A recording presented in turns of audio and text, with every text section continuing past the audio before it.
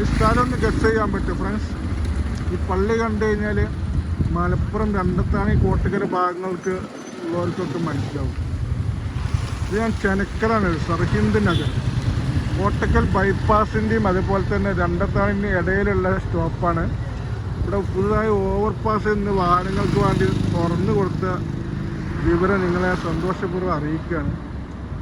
വലിയ ഓവർപാസാണ്, ഏകദേശം 25 മീറ്ററോളം വീതിയിലുള്ള ഓവർപാസാണ് ഇവിടെ. വാഹനങ്ങൾ ഇത് സൈഡിലൊക്കെ നിർത്തിയിടുന്നുണ്ട്.